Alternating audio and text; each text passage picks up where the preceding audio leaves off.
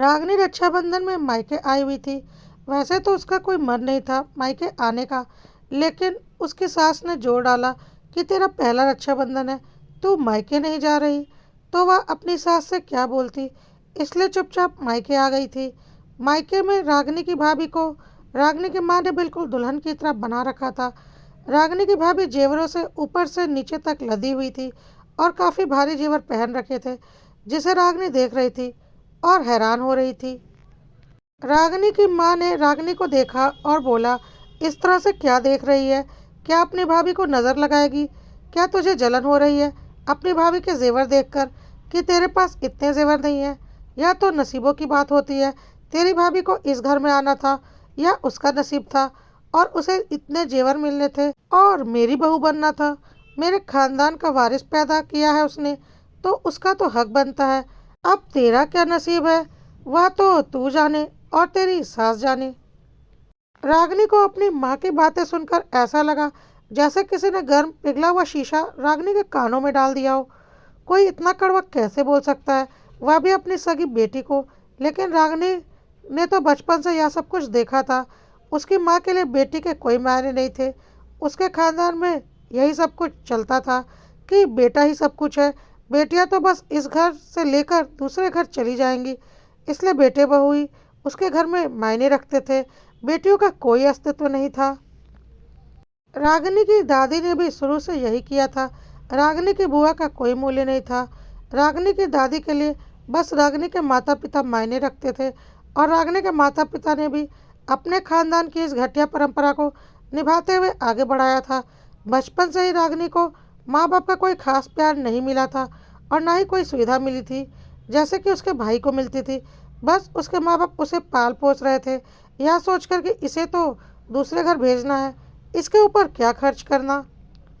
रागिनी की भाभी जब आई थी तो रागिनी को लगा था कि भाभी उसकी दोस्त बनकर रहेगी, लेकिन भाभी ने अपने ससुराल का माहौल देखते ही भाप लिया था और उसने भी रागिनी की तौहीन करनी शुरू कर दी थी। उसे समझ में आ गया था कि इस घर में रागिनी की कोई कीमत नहीं है और उसके सास ससुर सिर्फ और सिर्फ अपने बेटे बहू के बारे में ही सोचेंगे। रागिनी को मायके में कभी कोई सुख नहीं मिला था और ना ही कोई संपत्ति। बहुत ही कम पैसों में रागिनी की शादी उसके माँ बाप ने कर दी थी। रागिनी को एक नज़र में देखते ही रागिनी के सास ने पसंद कर लिया था। किसी शादी में उन्होंने रागिनी को देखा था और रागिनी के लिए रिश्ता भिजवा दिया था।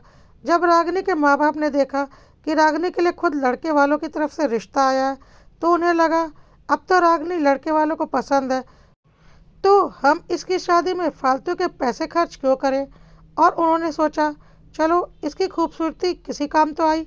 उन्होंने बहुत ही कम पैसों में रागिनी को ब्याह करके ससुराल भेज दिया था और रागिनी की सास को तो बस रागिनी चाहिए थी अपने बहू के रूप में। रागिनी विदा होकर अपने ससुराल आ गई थी। रागिनी को उसके ससुराल में बहुत प्यार सम्मान मिला था, लेकिन रागिनी ने आज तक अपने ससुराल में यह नहीं बताया था कि मायके में उसके साथ कैसा व्यवहार होता है और उसके मायके में बेटियों के कोई कीमत नहीं है। उसे लगता था कि यदि वह अपने ससुराल में अपने मायके की बुराइयां करेगी तो ससुराल में भी उसका कोई इज्जत नहीं रह जाएगी और फिर उसकी ज़िंदगी खराब हो जाएगी। इसलिए वह कभी भी अपने मायके की बुराइयां अपने ससुराल में नहीं करती थी। रागिनी के ससुराल का माहौल बहुत ही अच्छा था। रागिनी की भी एक ननद थी जो कि शादीशुदा थी, लेकिन रागिनी के ससुराल में ऐसा कुछ भी नहीं था कि बेटे और बेटी में भेदभाव किया जाए। रागिनी की ननद का रागिनी के ससुराल में बहुत मान था और उसे उसके माँ बाप भाई और अब रागिनी भी बहुत मानते थे। उसे काफ़ी कुछ देकर रागिनी की सास ने विदा किया था और जब कभी भी उसकी ननद मायके आती तो उसके सास ससुर उसे विदा करते वक्त बहुत कुछ देते थे। बहुत मान था रागिनी के ससुराल में बेटियों का, जो कि उसके मायके में बिल्कुल नहीं था। रागिनी की माँ ने आज जब रागिनी को ताना मारा कि वह अपनी भाभी के जेवरों को देखकर जल रही है, तो रागिनी की आंखों में आंसू छलक आए कि कैसी माँ है उसकी, कितनी बदनसीब है वह माँ बाप और भाई के मामले में। तभी रागिनी का फ़ोन बजा। उसकी सास का फ़ोन था। उसने बोला, बेटा अगर तूने राखी बांध ली हो तो जल्दी से आ जा, तेरी ननद तेरा इंतज़ार कर रही है, यहाँ भी तो राखी बंधवानी है। रागिनी ने बोला, हाँ मम्मी मैं तुरंत आ रही हूँ, यहाँ पर मैंने राखी बांध ली है, कहकर रागिनी जाने लगी। रागिनी अपनी शादी के बाद पहली बार मायके आई थी, लेकिन रागिनी के मायके वालों से उसका मान सम्मान नहीं किया गया। जाते वक्त माँ ने उसे बस एक 500 रुपये का शगुन का लिफाफा पकड़ा दिया और राखी पर भाई ने भी बस 500 रुपये पकड़ा दिए। उनके हिसाब से बेटियां तो बस लेने के लिए पैदा होती हैं, उन्हें कितना दिया जाए। रागिनी ने बोला, मैं जा रही हूँ, मम्मी मेरा इंतज़ार कर रही है। और रागिनी चली गई। उसके भाई भाभी उसे बाहर तक छोड़ने के लिए नहीं आए, इतना घमंड था उन्हें। आज रागिनी को बहुत अपमान महसूस हो रहा था। शादी के पहले जो होता था वह तो उसने बर्दाश्त कर लिया, पर अब वह शादीशुदा थी। उसे यह बेइज्जती अब बर्दाश्त नहीं हो रही थी। उसे लगा था अब उसकी शादी हो गई है तो शायद जब वह मायके जाए तो वहाँ का माहौल अलग हो, पर ऐसा कुछ नहीं था। आज रागिनी को बहुत ही ज़्यादा अपमान महसूस हो रहा था, जो कि उसके चेहरे पर साफ दिखाई पड़ रहा था। रागिनी अपने ससुराल पहुँच चुकी थी, पर उसका चेहरा देखकर उसके ससुराल वालों को समझ में आ गया कि कुछ ना कुछ बात तो ज़रूर है। उसके पति और सास ने रागिनी से पूछा, क्या हुआ, कुछ हुआ है क्या? तो रागिनी ने बोला, नहीं कुछ नहीं। और वह राखी बंधवाने के लिए अपने पति के साथ बैठ गई। रागिनी की ननद ने रागिनी और अपने भाई को राखी बांधी। रागिनी के पति ने तुरंत अपनी जेब से 11,000 रुपये निकालकर ननद को दे दिए, जिसे रागिनी देखती रह गई। उसे तो यकीन नहीं हुआ कि कोई घर की बेटियों के लिए इतना भी कर सकता है। तभी रागिनी की सास एक जेवर का डिब्बा लेकर आई और रागिनी के हाथ में देकर बोली, इसे अपनी ननद को दे दो। रागिनी ने खोल कर देखा, उसमें एक सोने की चेन थी। रागिनी ने उसे अपनी ननद को दे दिया। रागिनी की ननद बहुत खुश हो गई और बोली, वाह, राखी पर तो मेरी मौज हो जाती है। और रागिनी के ससुराल में सब हंसने लगे।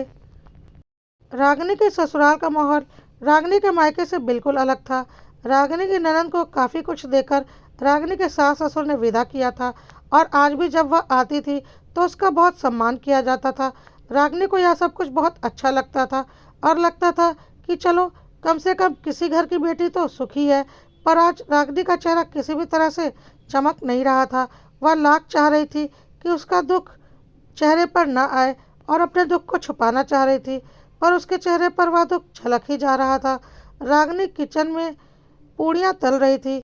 तभी रागिनी की सास पीछे से आई और बोली, बेटा बता दे, तेरे दिल में क्या है? रागिनी ने बोला, नहीं मम्मी, कुछ भी नहीं, बस ऐसे ही। तो रागिनी की सास ने बोला, हाँ, शादी के बाद पहली बार मायके गई थी ना, और तुरंत वापस आना पड़ा, इसलिए तेरा चेहरा उदास हो गया होगा। रागिनी ने बोला, हाँ यही बात है। और उसने शुक्र मनाया कि चलो उसके मुंह से बात तो नहीं निकली। तभी रागिनी की ननद किचन में आ गई और बोली, भाभी, आपको आपके भाई ने क्या दिया, मुझे भी दिखाइए ना। आपकी तो शादी के बाद पहली राखी थी, आपको तो बहुत कुछ मिला होगा, मुझे भी देखना है, जल्दी दिखाइए। रागिनी की सास ने बोला, जा बहू, उसे दिखा दे तुझे क्या मिला है, नहीं तो वह नहीं मानने वाली। रागिनी को समझ में नहीं आ रहा था कि वह क्या बोले। रागिनी चुपचाप अपने कमरे में आ गई। पीछे पीछे उसकी सास और ननद भी आ गई, यह देखने के लिए कि रागिनी को राखी पर क्या मिला है। रागिनी का पति पहले से ही कमरे में था। रागिनी की ननद ने बोला, अरे भाभी, खड़ी क्यों हो, जल्दी दिखाओ, मेरे से तो इंतज़ार नहीं हो रहा। रागिनी फिर भी चुपचाप खड़ी थी। तो रागिनी के पति ने बोला, अरे जो बोल रही है दिखा दो ना, चुपचाप खड़ी क्यों हो, ऊपर से तुम्हारा चेहरा भी बिल्कुल उतरा हुआ है। अब तो रागिनी से बर्दाश्त नहीं हुआ और वह ज़ोर ज़ोर से रोने लगी। उसने अपने पर्स में से 500 रुपये का नोट निकाल कर दिखा दिया, यही मिला है मुझे मेरे मायके से राखी पर। और फिर ज़ोर ज़ोर से रोने लगी। रागिनी के ससुराल वाले घबरा गए कि रागिनी इस तरह से रो क्यों रही है। उन्हें लगा कि शायद रागिनी को 500 रुपये मिलने की वजह से बुरा लगा है। तो रागिनी की सास ने समझाया, अरे बेटा, क्या हुआ, हो सकता है इस वक्त तेरे भाई का बजट ना हो, इसलिए उसने 500 रुपये दिए हैं, इसमें रोने वाली क्या बात है, हमने तो ऐसे ही मजाक में देखने वाली बात कही थी, तूने तो दिल पर ले लिया, कोई बात नहीं, अगली राखी पर देगा तेरा भाई, और अपनी बहनों को तो देते ही हैं। तो रागिनी ने बोला, नहीं मम्मी, ऐसा कुछ नहीं है मेरे मायके में, और मुझे कभी नहीं अपने मायके से कुछ मिलने वाला। मेरे मायके वाले आप लोग जैसे नहीं हैं, वह बहुत ही घटिया और नीच लोग हैं। यह तू अपने मायके के बारे में कैसी बातें बोल रही हो? रागिनी ने बोला, मैं जो भी बोल रही हूँ बिल्कुल सही बोल रही हूँ।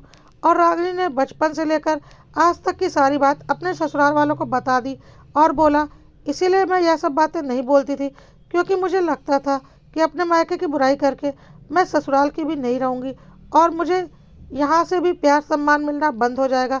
इसलिए मैं अब तक बर्दाश्त कर रही थी, लेकिन अब बर्दाश्त नहीं होता। आज मैंने सारी सच्चाई बता दी।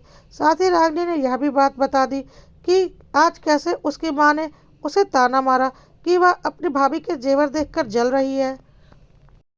रागिनी की सास ने जब यह सुना कि उसकी माँ ने उसकी बहू को ताना मारा कि वह अपनी भाभी के जेवर देखकर जल रही है, तो रागिनी की सास के तन बदन में आग लग गई। और रागिनी की सास ने बोला, तुम्हारी माँ की हिम्मत कैसे हुई तुम्हें इस तरह से ताना मारने की? तुमने पलट कर जवाब क्यों नहीं दिया? रागिनी ने बोला, मैं क्या बोलती, वह लोग चार बातें और सुना देते। तो रागिनी की सास ने बोला, यदि मुझे पता होता कि सर से लेकर पाँव तक जेवर डालकर ही बहू पर प्यार जताया जाता है, तो मैंने तुझे भी तेरे भाभी से दुगने जेवर पहनाए होते।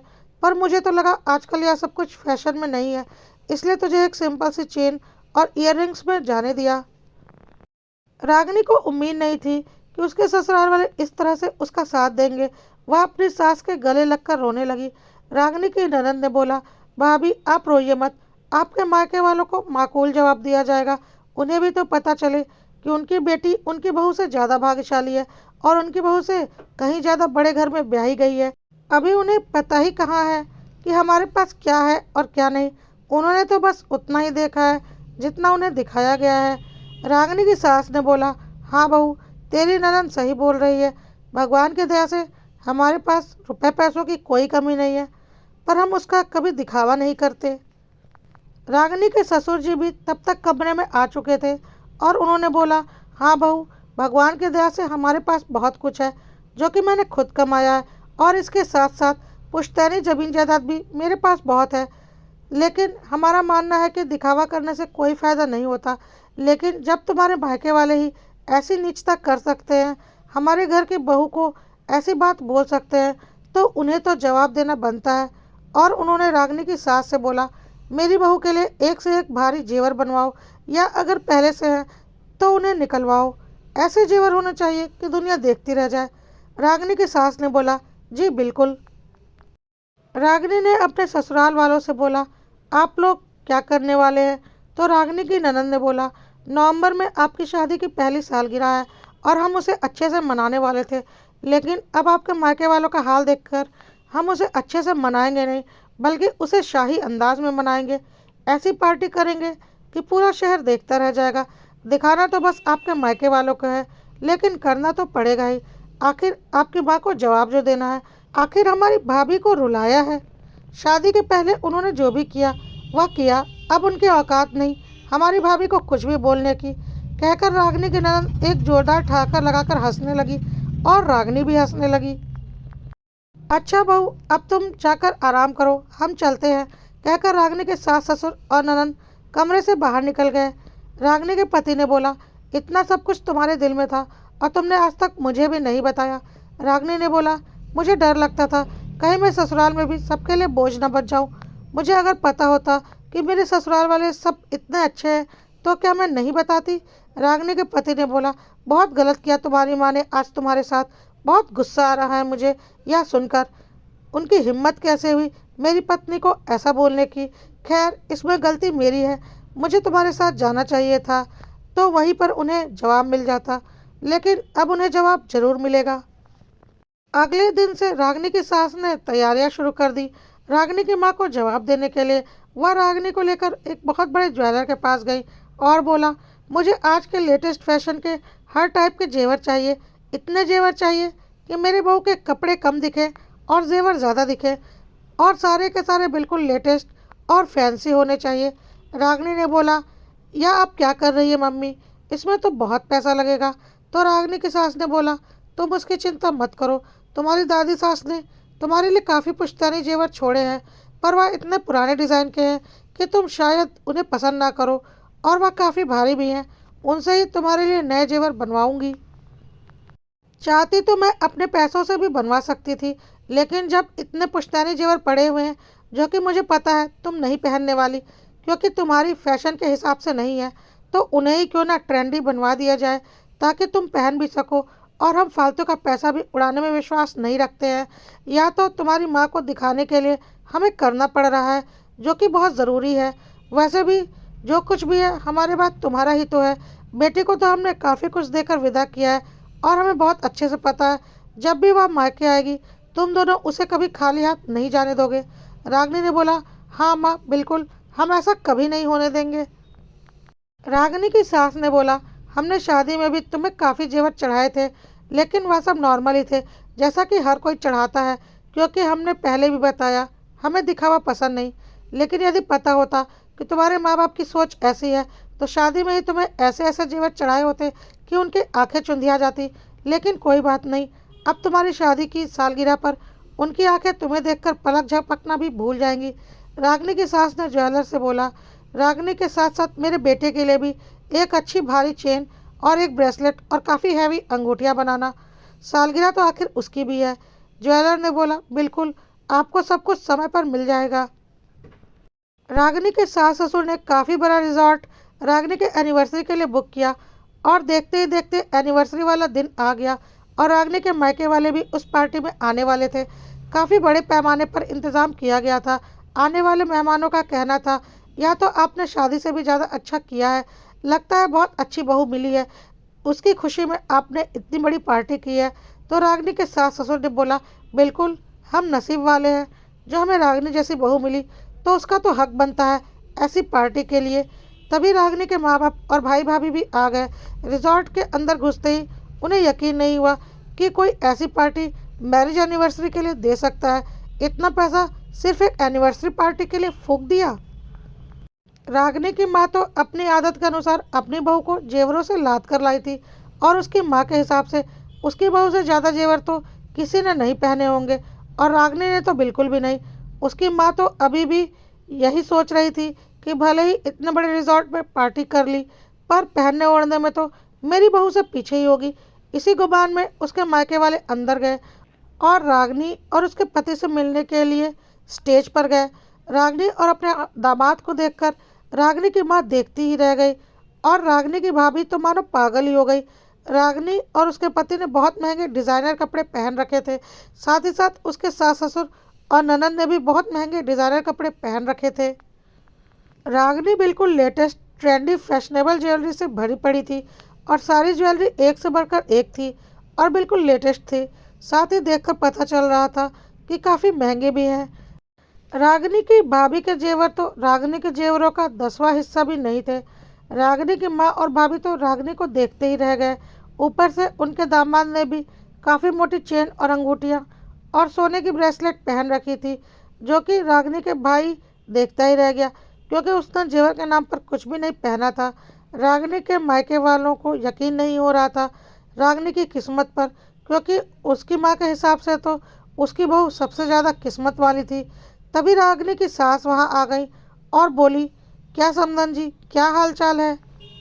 रागिनी के ऊपर से बिना नज़र हटाए रागिनी की माँ और भाभी ने रागिनी की सास का अभिवादन किया और बोला, सब ठीक है। रागिनी की सास तो बस इसी मौके की तलाश में थी। उन्होंने बोला, अरे ऐसे क्या देख रही है आप और आपकी बहू, मेरी बहू और उसके जेवरों को। अरे मेरी बहू को आप दोनों नज़र लगाएंगे क्या। रागिनी की माँ और भाभी को जोर का झटका लग गया। रागिनी की माँ ने बोला, यह कैसी बातें कर रही हैं आप। तो रागिनी की सास ने बोला, क्यों, आपने भी तो राखी पर ऐसी ही बातें की थी। यह उसी का जवाब है। तो रागिनी की माँ ने बोला, मैंने जो कुछ कहा था अपनी बेटी से कहा था। और रागिनी की सास ने बोला, जी नहीं, आपने जो कुछ भी कहा था मेरी बहू से कहा था, और मेरी बहू को गलत बोलने वालों को मैं जवाब जरूर देती हूँ। रागिनी के माँ और भाभी के पास चुप रहने के अलावा कोई विकल्प नहीं था। उन्होंने जो गिफ्ट लाया था वह रागिनी को पकड़ा दिया। शायद एक साड़ी का डब्बा था, जो कि रागिनी को पता था कि कोई रखी हुई पुरानी साड़ी पैक करके दे दी होगी। रागिनी ने उसे ले लिया और चुपचाप साइड में रख दिया। तभी रागिनी के सास ससुर ने एक ज्वेलरी का डिब्बा रागिनी को पकड़ाया उसकी एनिवर्सरी गिफ्ट के तौर पर और उसे खोलने के लिए कहा। रागिनी ने जब डिब्बा खोला तो उसमें से एक डायमंड का सेट निकला, जिसे देखते ही सबकी आंखें चुंधिया गई और सारे मेहमानों ने बोला, वाह, रागिनी के तो मज़े हैं। रागिनी के सास ससुर इसे कितना मानते हैं, बहुत ही भाग्यशाली लड़की है, इससे अधिक भाग्यवान लड़की तो होना मुश्किल है। और ना जाने क्या क्या। और तभी रागिनी की ननद स्टेज पर आ गई और बोली, बिल्कुल, मेरी भाभी तो बहुत भाग्यशाली लड़की है। इतना भाग्यवान होना हर किसी के बस की बात नहीं होती। रागिनी की ननद ने जानबूझकर यह बात रागिनी की माँ और भाभी की ओर देखकर बोला, और वह चुपचाप रागिनी और की ननद और सास को देख रही थी। वह बोल भी क्या सकती थी। उसके बाद रागिनी की सास ने एक डब्बा रागिनी की ननद को भी पकड़ाया और बोला, तेरी शादी हुए तो कई साल हो गए हैं और अब तो तू अपनी एनिवर्सरी मनाती नहीं, लेकिन इस बार तू यहाँ है और अगले महीने तेरी भी एनिवर्सरी है, तो तेरे लिए यह गिफ्ट। रागिनी की ननद ने जब गिफ्ट खोला तो उसमें भी सेम टू सेम वही डायमंड का सेट था। रागिनी की ननद ने जब डायमंड का सेट देखा तो वह खुशी से चिल्ला पड़ी, अरे वाह, सेम टू सेम मेरे लिए भी। तो रागिनी की सास ने बोला, बिल्कुल, हम बेटी और बहू में फ़र्क नहीं करते। जब बहू को दिया है बेटी को भी देंगे। बेटी को माँ बाप आखिर देते ही क्या है, यही थोड़े बहुत गिफ्ट्स। बाकी तो पुश्तैनी संपत्ति और ज़मीन जायदाद तो बेटे की ही होती है, तो बेटी को देने के लिए इतना सोचना क्या। वैसे भी कहावत है, बेटी को जितना दोगे उतनी ही बरकत होगी। जो लोग बेटियों को देने से भागते हैं और ऐसा करते हैं, वे आज नहीं तो कल इसका फल जरूर भोगते हैं। आखिर क्यों बेटियों को बोझ समझते हैं। बेटियां नहीं होंगी तो बहुएं कहाँ से आएंगी। रागिनी की सास ने यह सारी बात रागिनी की माँ की ओर देखकर बोला। रागिनी की ननद ने बोला, मुझे तो गिफ्ट्स वगैरह से उतना मतलब नहीं, बस मायके में सम्मान मिलना चाहिए और जीवन भर मेरा मायका बना रहना चाहिए। तो रागिनी ने बोला, बिल्कुल नंदन जी, जीवन भर आपका मायका ऐसे ही बना रहेगा और आपके भाई भाभी हर कदम पर आपके साथ खड़े मिलेंगे।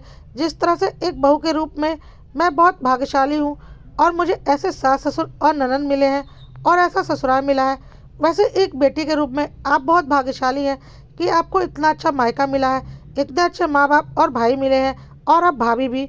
हर बेटी इतनी भाग्यशाली नहीं होती। कहकर रागिनी ने अपनी ननद को गले से लगा लिया, अपनी माँ की ओर देखते हुए। रागिनी और उसके ससुराल वालों ने आज रागिनी के मायके वालों को मखमल में चप्पल लपेट लपेट कर मारा था और उनके पास कोई भी जवाब नहीं था। इतना अंदाज़ा तो उन्हें लग चुका था कि रागिनी के पास उनसे 10 गुना ज़्यादा पैसे हैं।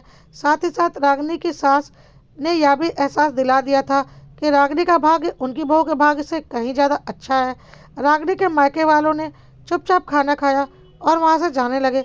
रागिनी ने अपने पति को बताया था कि उसके भाई भाभी उसे बाहर तक छोड़ने नहीं आए थे, पर रागिनी अपने मायके वालों को छोड़ने के लिए जा रही थी कि उसके पति ने उसका हाथ पकड़ लिया और इशारों में उसे मना कर दिया और रागिनी रुक गई, क्योंकि ससुराल वालों ने ही समय पर उसका साथ दिया था।